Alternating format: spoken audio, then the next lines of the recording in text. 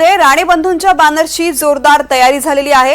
राणे समर्थकांनी हे बॅनर्स लावलेले आहेत। याचा आढावा घेतलाय आमचे प्रतिनिधी राकेश गुडेकर यांनी। विधानसभा निवडणुकीचे निकाल लागलेले आहेत आणि नवनिर्वाचित आमदारांच्या अभिनंदनाचे बॅनर देखील ठिकठिकाणी लागलेले आहेत। रत्नागिरी शहरात देखील असाच एक बॅनर लागलेला आहे राणे बंधूंच्या अभिनंदनाचा आणि तो सध्या चर्चेचा विषय ठरत आहे। रत्नागिरीतल्या साळवी स्टॉप परिसरामध्ये हा बॅनर लागलेला आहे। हिंदुत्वाचे शिलेदार नवनिर्वाचित आमदार हार्दिक अभिनंदन अशा आशयाचा हा बॅनर आहे आणि या बॅनरवरती कुडाळ मालवण मतदारसंघातून विजयी झालेले निलेश राणे, त्याचप्रमाणे कणकवली मतदारसंघातून विजयी झालेले नितेश राणे यांचा फोटो आहे।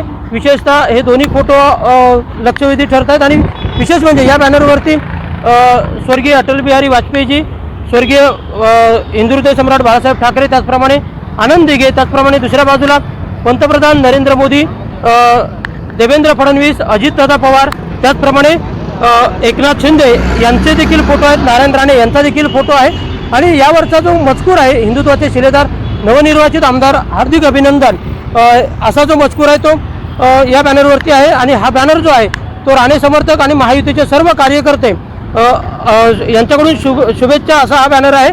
आणि विशेष म्हणजे या साळवी स्टॉप परिसरामध्येच शिवसेना उद्धव बाळासाहेब ठाकरे पक्षाची शाखा आहे। एका बाजूला ही शाखा आहे आणि दुसऱ्या बाजूला हा बॅनर आहे। त्यामुळे निश्चितच चर्चेचा विषय हा बॅनर सध्या ठरताना आपल्याला पाहायला मिळतो।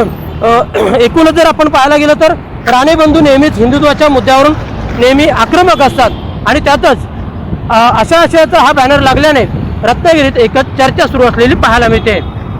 राकेश गुडेकर, NDTV मराठी, रत्नागिरी।